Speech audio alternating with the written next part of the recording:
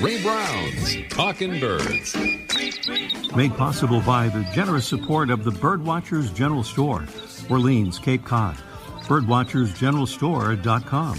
By Feather Snap, the smart bird feeder with a high-resolution camera and species identification software aimed to educate and spread joy to every level of avian enthusiast.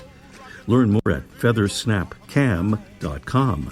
And by Vortex Optics, with the VIP warranty, their unlimited lifetime promise to keep you and your optic covered. Learn more at vortexoptics.com.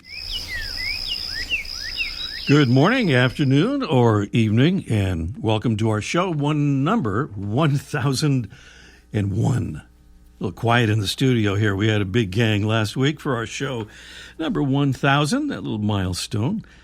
Well, many Talking Birds listeners will remember the catastrophic bird-related event in Chicago last fall, when nearly 1,000 migrating birds were killed in one night as they crashed into the windows of the huge McCormick Place Convention Center.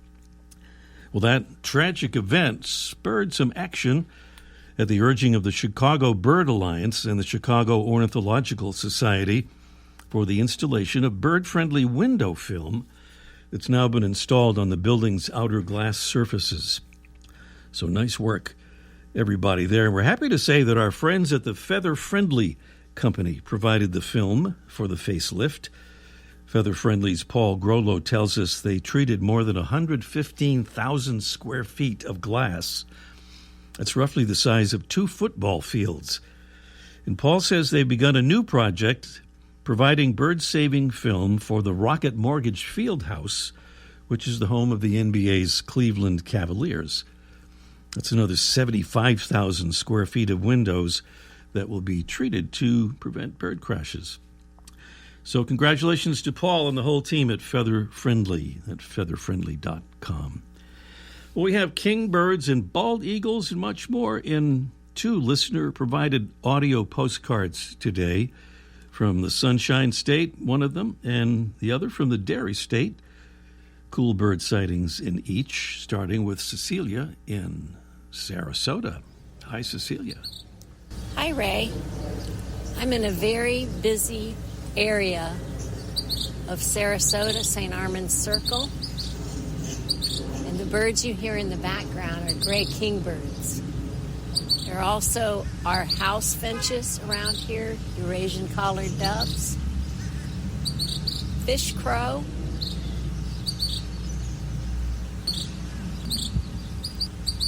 This is Cecilia from St. Petersburg, Florida. Thanks, Cecilia, for those beautiful birds rising above the man-made sounds there in Sarasota. Meanwhile, Peggy is doing some birding by boat up in northern Wisconsin. Hello, Ray. I'm calling from the North Woods, Minocqua, Wisconsin, where there are many bald eagles. Right now, there's a juvenile and an adult bald eagle in a tree above my kayak.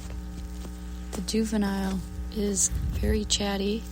It's just wonderful to watch them interact with each other. This is a first-year bird. Hope everybody has a great day. Thank you so much, Peggy. Great audio postcards from north and south. We invite more audio postcards. We could use some more. Just send your postcard to ray@talkingbirds.com, and the way to make it is just grab a smartphone or other digital recording device. Just describe what you're seeing. A bird or birds, 30 seconds or so, maybe a little more. Make that file and then send it again. It's ray@talkingbirds.com. I don't know if this bird is laughing or coughing, but in any case, it's our mystery bird. This is a preview of our mystery bird contest. Coming later in the show, our bird is a medium-sized dabbler with a large spatula-shaped bill. Males of the species have a green head, dark bill, white breast, chestnut-colored patch on the sides, and yellow eyes. Females are a mottled light brown with a brownish-orange bill and dark eyes. Our bird, which breeds from Alaska and western Canada and winters mostly across the southern half of the U.S., forages in open water for aquatic vegetation, small crustaceans and mollusks and insects and such. That's our bird, and we have wonderful prizes as usual, including a big bag of our favorite coffee, shade-grown, bird-friendly, and truly delicious Birds and Beans coffee, grown under the natural forest canopy in Central America to preserve wintering habitat for birds.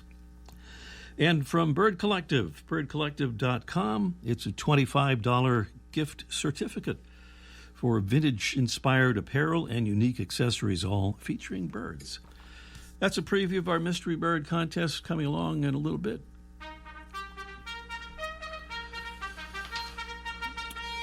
And here's a royal salute to another of our royalty members in our Talking Birds family. That's our ambassadors family. And we want to say thanks to Susie from Mount Gretna, Pennsylvania. She says recently retired and moved to a cabin in the Furnace Ridge of the Appalachian Mountains. That sounds pretty nice. Thank you, Susie, for becoming a Talking Birds ambassador. A quick thank you to Kayla from Highland Park, New Jersey. She was trying to get us to the 1,000 show milestone of 900 ambassadors. And we came really close to that. I think last week we forgot to say how to become an ambassador.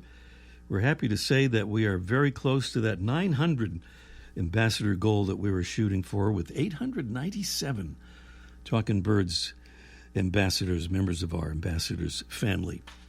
And to join our ambassadors family and help us spread the word about birds and conservation, just go to talkingbirds.com and click on that Get Involved tab right at the top of the homepage. Well, still to come today, we'll talk with the editor and with the publisher of BWD, also known as Birdwatchers Digest, which ended a more than 40-year run in 2021, but then got a rescue in 2022, and is back and bigger and better than ever, bigger literally, too. Also today, we'll have Mike O'Connor from the famous Birdwatchers General Store with a Let's Ask Mike segment, almost live from the archive, about Mike's favorite way of feeding birds.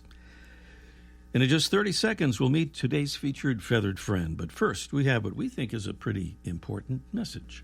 Hi, it's Debbie Bleacher from the Talkin' Birds crew. We bring you the show every week because we care about birds and the environment, and we know you do too.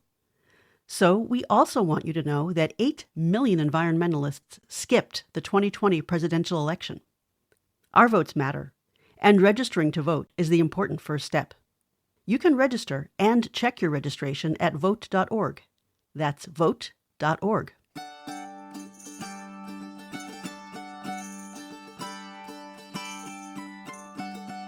There isn't a parakeet species named auklet, but there is an auklet species named parakeet.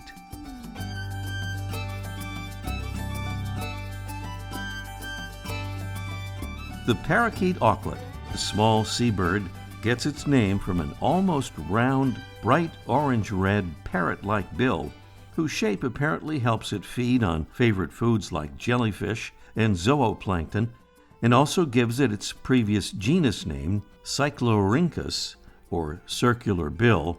Male and female parakeet auklets look alike, with a black head and upper parts, white underparts, and a thin white plume behind the eye. In winter, the plume may disappear as the bill color fades and the throat plumage turns white. Parakeet auklets have large feet, which helps them steer when foraging for prey underwater, and that may help them excavate burrows, although they often use burrows dug by other species. Parakeet auklets' breeding areas are off the Alaskan coast, along the Aleutian Islands, and across the Bering Sea to Siberia. And in the winter, they sometimes travel as far south as California. That parrot-like bill gives the bird a smiling, almost comical look, and the comedy is enhanced by its animated breeding displays and by its unusual calls.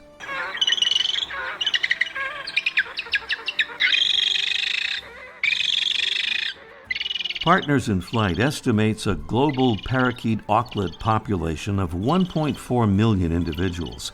The negative impacts of climate change on habitats and food resources represent the chief conservation concern for the species.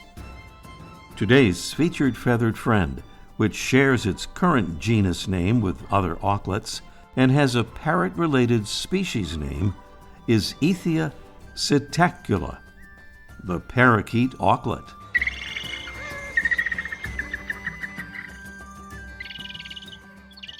Welcome again to our show, number 1001. Mike Sakopoulos is the publisher of BWD, also known as Birdwatchers Digest, with associate publisher Rich Lure. And Jessica Vaughn is the editor of BWD, and they both join us now to tell us about the much-appreciated reboot of a great magazine. Good morning, Jessica and Mike. Good morning. Good morning. Let me plug this in, and then we could hear you even better than we just heard you now. All right. Mike, let me start with you.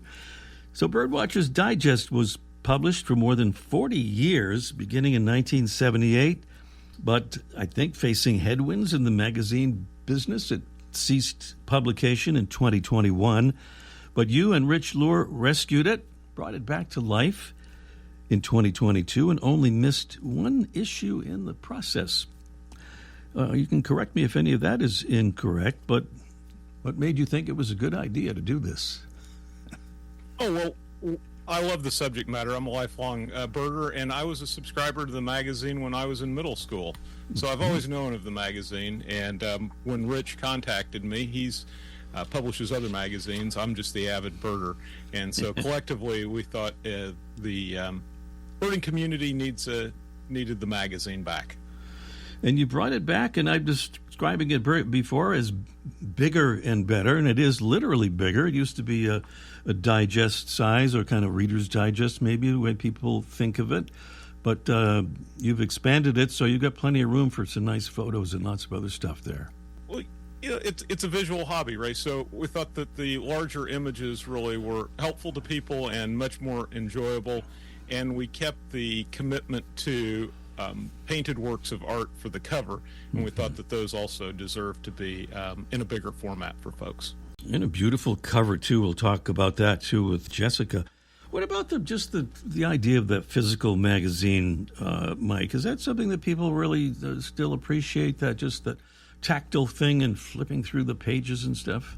You know, Ray, maybe it's a commentary upon my age, but I love to get magazines and go to the mailbox and pull out something that is been worked hard on to provide me great information.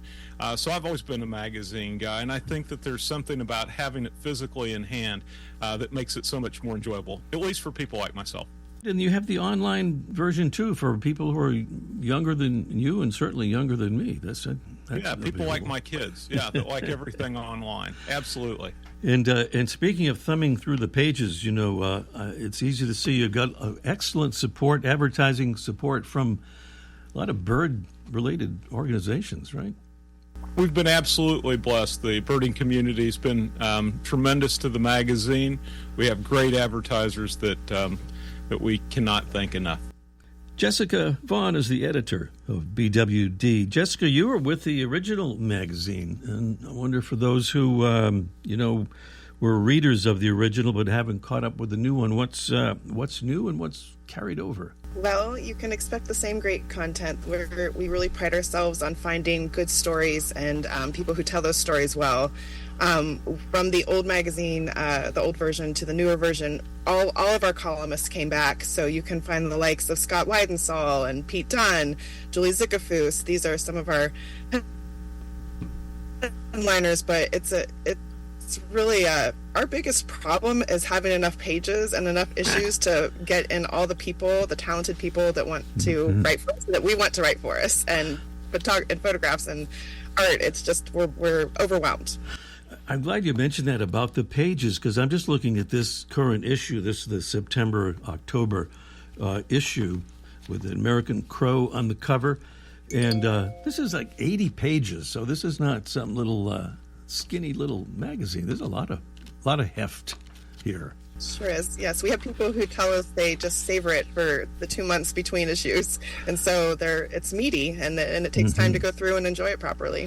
Well, mentioning that American crow in the current issue here, Kevin McGowan, who's one of the great crow experts on the planet, I think, has a great piece on that cover bird, and more from Melissa Meador and Dawn Hewitt and our friend Al Batt, all kind of spin-offs on that American Crow main story.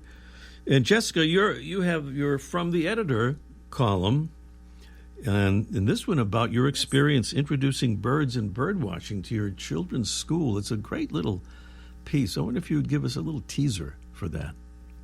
Sure. Thanks for noticing. I really enjoy writing my little piece, and it's been a great platform to share some really cool things happening at my kids' school. When my one daughter was in first grade, the teachers asked me to come in to help with the animals unit, and they heard I liked birds and was into birds.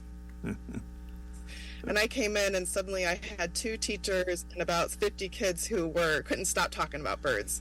So it has evolved into a program where I go in every month and we bird, and we have a different theme, and it's awesome. Mm-hmm. Wow. Well, before we run out of time here, can you give us any previews of upcoming issues? Sure. Our next issue, the November-December issue, is in production right now.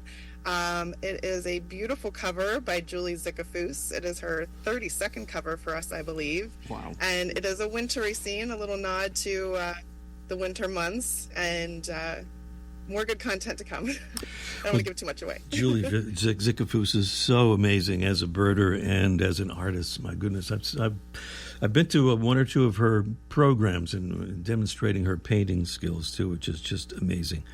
I don't know if it's a good question for a publisher, Mike, about previewing what's coming up. Is that a fair question? Oh, I think all questions are fair. Jessica did a nice job, worthy of a politician in not fully answering the question and leaving some theater of the mind. Just a little evasive, yeah. All right. Well, the magazine is BWD. Is the right way to describe it? Is also known as Birdwatching Magazine? How does that work? Yeah. Absolutely. Yeah, right. we're proud of the Birdwatching Digest history of the magazine and the fact that we're well into the 5th decade of having this magazine published. Mike Zakopoulos is the publisher with Rich Lure of BWD. Jessica Vaughn is the editor. Mike and Jessica, thanks for being with us, and we'll be reading what you're publishing. Cheers. Thank you so much. Thanks for having us. They have a website, by the way, bwdmagazine.com. That's bwdmagazine.com. And here it's our Mystery Bird Contest coming along in just 1 minute. The flutter of a tail feather, the flash of a wing bar in mid-flight. You don't always have a lot of time to identify a bird in nature, let alone to appreciate its beauty. But with Vortex Optics, you'll have the power to bring every wild moment closer. When you choose Vortex, you're choosing to have a partner in the field as passionate about nature as you are. Whether you're spotting old friends on the backyard feeder or packing for a once-in-a-lifetime trip to add a few species to your life list, Vortex offers a full range of optics and optics accessories for every birder and every budget. And whether the birds are taking you to another state or another country, you're always covered by the Vortex VIP warranty, an unlimited lifetime promise to keep you and your optic covered. If you'd like to learn more, or if you need help choosing your next optic, give Vortex a call at 1-800-4VORTEX or visit vortexoptics.com. There's that bird either coughing or laughing, not sure which. Although, here's a little extra clue. It is called, in one of its nicknames, the Smiling Mallard. Our bird here on our Mystery Bird Contest is a medium-sized dabbler with a large spatula-shaped bill, male of the species with a green head, dark bill, white breast, a chestnut-colored patch on the sides, and yellow eyes. Females are a mottled light brown with a brownish-orange bill and dark eyes. Our bird breeds from Alaska and western Canada and winters mostly across the southern half of the U.S. It forages in open water for aquatic vegetation and small crustaceans and mollusks and insects and seeds and fish. That's our mystery bird. Those are the clues in the sound, and beautiful prizes include a $25 gift certificate for Bird Collective. your one-stop shop for vintage-inspired apparel and unique accessories, all featuring birds. In a big bag of our favorite coffee, it's birds and beans grown under the natural forest canopy in Central America, preserving wintering habitat for warblers and tanagers and thrushes and hummingbirds and so many other birds that we all love. So those are the prizes, and that's all the whole thing there with the Mystery Bird Contest, except for the phone number, which is kind of important, and so is the calling as soon as you can so that we have time for the contest. And we mention this fairly often, but it's just kind of striking how many folks we have calling after the show has ended. So we want to encourage calls before the show has ended. So call us as soon as you can on the Mystery Bird Contest. No correct answer means a drawing will determine our winner. And the number is 781-837-4900. Once again, that's 781-837-4900. Meanwhile, Mike O'Connor has some thoughts about his favorite way of feeding birds, and one of his favorites anyway. It's Let's Ask Mike in just 1 minute. Ready to take your backyard bird watching to the next level? FeatherSnap makes Wi-Fi-enabled smart bird feeders that blend the best of technology and nature. Get a high-def glimpse of your feathered friends with a top-of-the-line camera so every visitor can be seen with clarity and detail. A unique dual feeder bin helps attract more species, and built-in solar panels keep your camera's battery going strong. FeatherSnap's mobile app creates a truly immersive experience, allowing you to collect and organize your favorite pics and videos and earn badges along the way. FeatherSnap is a convenient and fun way to capture powerful images of your local birds and help get your friends and family excited about bird watching. Best of all, FeatherSnap offers expert-trained AI identification of more than 275 North American species, thanks to their in-house ornithologist. Check them out today at feathersnapcam.com. feathersnapcam.com. Well, it's getting into political season, as we all know, so everybody has to have a platform for that, and guess who has one? That would be our own Mike O'Connor down there at the Birdwatchers General Store on Cape Cod. Good morning, Senator. Congressman, I'm not sure what. Actually, you're not running for anything, but you do have a platform, or you have some thoughts about platforms, I guess would be a better way to describe it. Just a write-in campaign is all I'm doing. Write-in, okay. How do you spell that again? Mike, M-I-K-E. Everybody knows legendary. that. You called me legendary earlier, so it's legendary Mike. If that doesn't get me through, I don't know what. Legendary Mike. That sounds like a good handle anyway for Twitter or something like that. Anyway, happy Labor Day, everybody. And we're going to talk about bird feeders. And you know, birders are the ultimate control freaks, especially backyard birders. You know, we want the goldfinches. We want the hummingbirds. We just want the cardinals. We just want the little birds. And so we've got all these feeders that are specific, or different kinds of food is specific for a certain species or type of food. But I decided to put up a feeder that allowed everybody to come. It's the old school platform feeder that my grandparents had, not the actual one, but like that. Mm-hmm. And I put it in my backyard, and I put it on a post with a baffle to keep the critters off. And then I sit up on my back deck every evening after work, and before I go down, I load it with a cup of bird seed. Usually it's from the store that, like, I've spilt on the floor, or somebody ripped the bag, and I just take out the assortment of all kinds of seeds we have, and I just dump it in there, and it's been by far the most successful feeder I've had in a long time. The birds know when I'm coming home, and I take the seed and I dump it in there, and the first bird on it, which is probably unique to my part of the world, is the male herring gull that's sitting on the roof of my neighbor's house, and boom, it comes down and it flies down there, and it starts eating right away, and the blue jays hear the gulls squawking, and they come and they land up in all the trees around there, and there's bunches of blue jays, and they're not happy that the gull's in there, and the gull actually doesn't really seem to be excited about the birdseed, but it shows up every day, and then eventually it leaves, and the jays come down from all directions, probably like 15 of them. It's like a fumble in football. They're all screaming, they're all hitting the seat, and it's quite a show. And then eventually they leave, and some of the smaller birds move in, some woodpeckers move in. But the actual boss of this open tray, believe it or not, those lowly mourning doves Once they get in there, nothing will land. They have these, most birds use their beak to poke their neighbors. These mourning doves use their wings, and they flap it like really hard, and even the jays get knocked off the thing. And we just watch. There's none of this like everybody else. I want the pretty birds. I want this. We just let the birds sort it out, and they work it out. And it's a pretty exciting thing. And then eventually, at the end of the day, the birds kind of go away because the sunset comes in, and just as it gets dark, and you can barely see them, but you can hear them chipping, the cardinals come in. I know everybody likes cardinals, but the cardinals have a system. And as it gets darker and darker, they come out, and you can hear them out there chipping away, and they have the whole feeder to themselves because it's too dark for everybody else. It's really a good feeder, and you can buy one or you can make your own. It's just a simple square with a screen on the bottom to let the rain drain through, and then you can put it out in your yard, and you don't have to worry to let the birds sort out who comes. Yeah. You don't have to be the bird police. They're in charge, especially those mourning doves. They seem so innocent, but look out. Oh, man, they're the best. They're feisty as heck. All right, Mike, thank you so much, and we'll see you next week on our show number 900. Oh, I can't sleep. I just can't sleep. I'm thinking about this so much.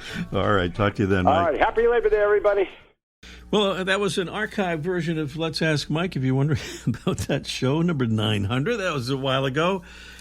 Today's our show number 1001, and we're here at the Mystery Bird Contest trying to identify this mystery bird, a medium-sized dabbler with a large spatula-shaped bill. Males have a green head, dark bill, white breast, chestnut-colored patch on the side, yellow eyes. Females are a mottled light brown with a brownish-orange bill and dark eyes. What is that bird? 781-837-4900 is the number to call. That's 781-837-4900 with just a bit of time to go. Caroline is in nearby Hummerock, Massachusetts. Hello, Caroline. Hey, Hi I there. think it's the wood duck. The wood duck. It sounds like a very enthusiastic and confident answer. And according to our experts, it would be a duck, but it would not be a wood duck, is the way that came out there. Okay. Well, thank you, Caroline. Try us again, all right? Great. Have a great day. Thanks. All right, you too. All right. There's a top quality guess of a wood duck for our mystery bird. Not exactly what we're looking for, but we have Scott somewhere in California. Good morning, Scott. Good morning, Ray. Happy Labor Day. Happy Labor Day to you. And Thank you. We're doing our show live on the 1st of September, as a matter of fact. Nice. So you heard that wood duck guess, which wasn't exactly what we had in mind there. What do you say, Scott? Northern shoveler. That's a really good guess, too, but that's also the right answer, yes. Booyah, man. All right. The smiling mallard, also nicknamed Spoonie, Hollywood Green, yes. Hollywood Green, and Bootlip, another Yep, the nickname. Spoonie. The Spoonie is what it is there. Scott, thank you so much. If you'll stay on the line, Jesse will get your info, and we will send prizes to you. Thank you, Ray. You made my day. All right, thank you, Scott. Correctly identifying the northern shoveler as our mystery bird. That pretty much puts us out of time for today's show. Next week, we'll hear about a big new birding event, Chicago's first ever birding festival, with special guest Chicago Bird Alliance Director Matt Igleski. Should mention again, by the way, Chicago Bird Alliance was one of the organizations that got those folks to put that film on the windows at the big McCormick Center in Chicago to keep birds from crashing into the windows. That is our show for today. Happy Labor Day if you're listening on Sunday or Monday, and we'll see you next week. The bird show, I like that. I love it. Ray Brown's Talking Birds. Made possible by the generous support of the Birdwatchers General Store, Orleans, Cape Cod. Birdwatchersgeneralstore.com. By Feathersnap, the smart bird feeder with a high-resolution camera and species identification software aimed to educate and spread joy to every level of avian enthusiast. Learn more at feathersnapcam.com. And by Vortex Optics, with the VIP warranty, their unlimited lifetime promise to keep you and your optic covered. Learn more at vortexoptics.com.